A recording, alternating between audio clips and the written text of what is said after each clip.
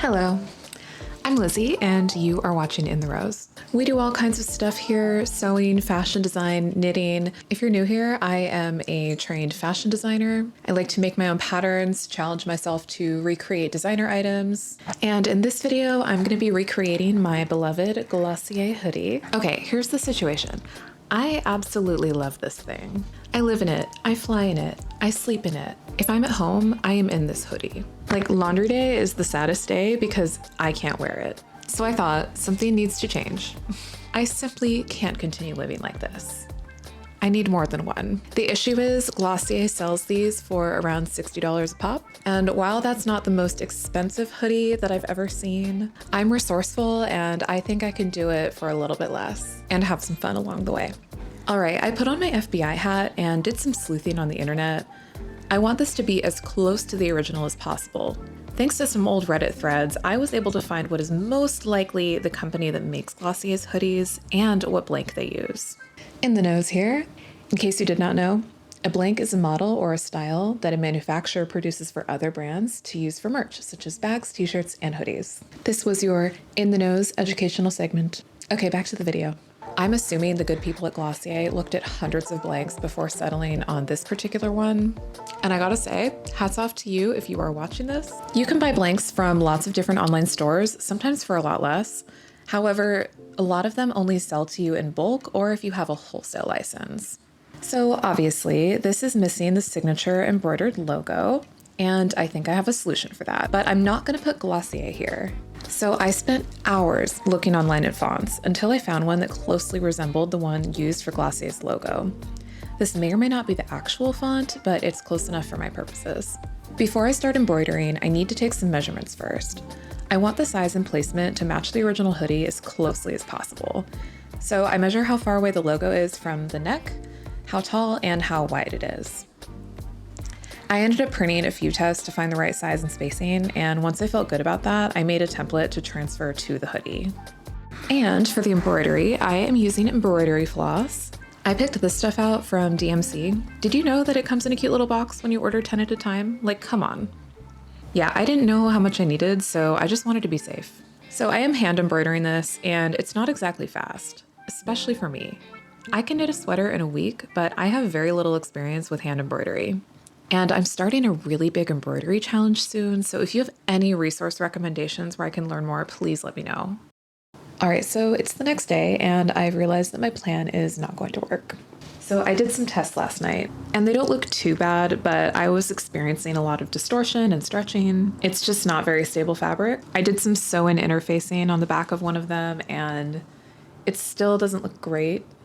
It was really hard to get the right tension when I was stitching.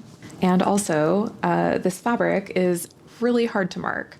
So I tried chalk, I did a pencil, I have a friction pen, and nothing really stayed clear or long enough for me to embroider it. And I think it's just because this fabric is so plush that any ink or chalk dust just kind of like sinks into the fabric. Like, you can see some of my marks here still. And it would fade as I was embroidering, and it really prevented me from getting like a nice crisp line. And I feel like that's really important because I'm doing satin stitch for the whole thing. All of this is to say, I have found a solution. I think everyone who embroiders regularly already knows about this, but I am super happy to discover it. So this is like a stabilizing fabric sticker that you can transfer your design onto. You stick it on your fabric and then just embroider over it, and then you can rinse it away afterward. So I think this is gonna solve all of the issues I've been having. Anyway, I want to do this project once. I don't wanna have to do it again, and I wanna do it well. So this is what I'm using. I'm working smarter, not harder. But let's have a moment of silence for my little chalk transfer. I feel like this turned out so well, and all of that work was for nothing, but you can see it's already kind of fading away, so I don't think this was ever gonna work as well as I'd hoped. All right, let's go get this done.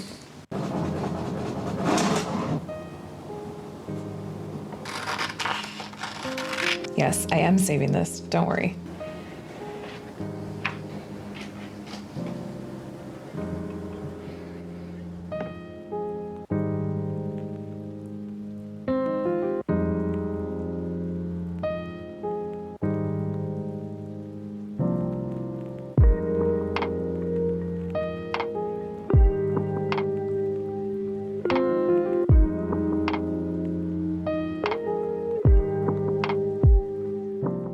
Okay, so I have finished the first step in satin stitch. If you look at the original letters, they're quite puffy and they sit up off the surface of the fabric.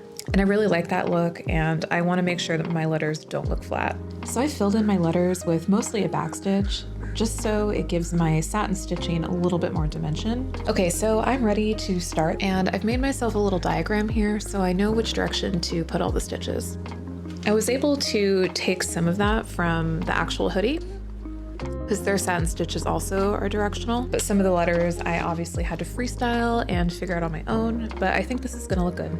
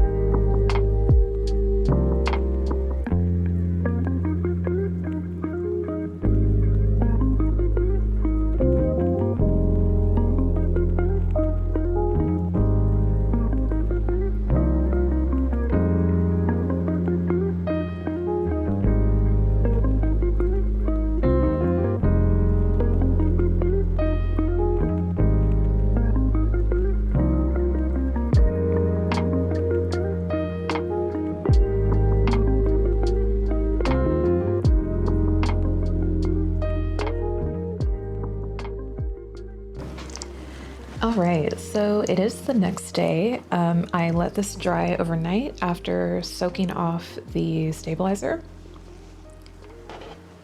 And this is the first time I'm seeing it all on its own. I think it looks so good. I mean, for a first embroidery project, it's not bad. The fabric is a little bit stretchy and it's really, really plush. So I just struggled to get my needle like right on the outline of the letters. You can see it's a little uneven. So up close, it's not the prettiest, but from right here, I think it looks great. I definitely would love to get better at the satin stitch because I think it just looks so pretty. Also, the letters that I did first, you can kind of see just like aren't great. But towards the end, I really got the hang of it. So like this H looks good. The R was the last letter I did, and I don't know. You can kind of tell that I was over it. I really wanted to be done. It could be a little bit more filled in. But overall, I'm so happy. So the last thing I need to do is crop it. Okay, sorry for all the cat hair. My cat was using this as a bed when I had it out for the video. You might have noticed my original is really short. Yes, I cropped it when I first got it. It wouldn't be an In the Rows video if I did not crop something. So what I did with the last one was I removed the pocket on the front. I removed the band at the bottom, and then I cut it to the length that I want, leaving like maybe 1.5 inches of seam allowance. And then I serged the raw edge, flipped it under, and top stitched it down. I was considering keeping the pocket and the ribbing, but I really wanted like the cropped loose fit, so I left the ribbing off. And then the pocket, unfortunately, is just really big. So when I move it to where it would be if I made the hoodie as short as I want it, it's just really big and it's in a weird place. So I went ahead and left it off. And that's fine. Personally, I don't really use this pocket that much on any of the hoodies I wear, so it's not a big loss.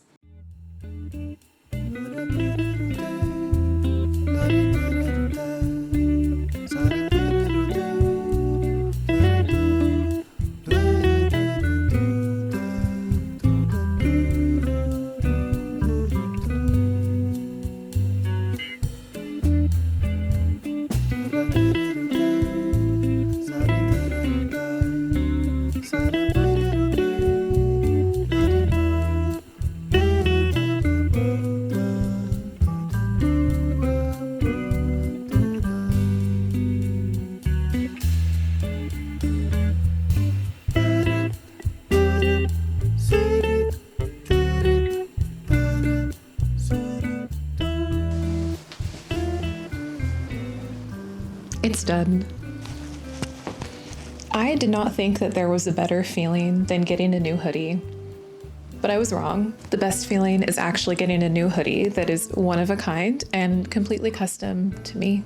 I love this thing. I am so pleased with it. And now I have another Glossier-ish hoodie. They really are like the most soft and comfortable thing. I think I would have 20 if they weren't like $60 each, and it's kind of a few too many logos for my taste. But this is really fun, and now I get to wear it and rep my channel, and it's the first In the Rose merch. So yeah, I love it. 10 out of 10. I did the embroidery over the course of a couple of days. I definitely got faster towards the end, but each letter took about an hour at least. Okay, so let's see how much money I saved, just because I'm curious. Okay, after tax and shipping, I paid $32.52 for this hoodie, and I bought absolutely too much embroidery floss. I got 10 hanks, and I only used 3. Those are about $1 a piece. I got 1 spool of thread, which was $1.64. So my grand total was $37.16. That's not too bad. I would absolutely do this again, and I want to get more of these and embroider different things on them and literally just wear one like every single day of the month or every single day of the year. Although laundry day would really suck because I hang these up to dry. That way the inside stays really nice and fuzzy, and I simply would not have the space to hang 365 hoodies, but I would figure that out. All right, thank you for watching, and I hope to be back with more content soon. Subscribe if you want to see more fun stuff like this, and I will catch you guys in the next one. Bye.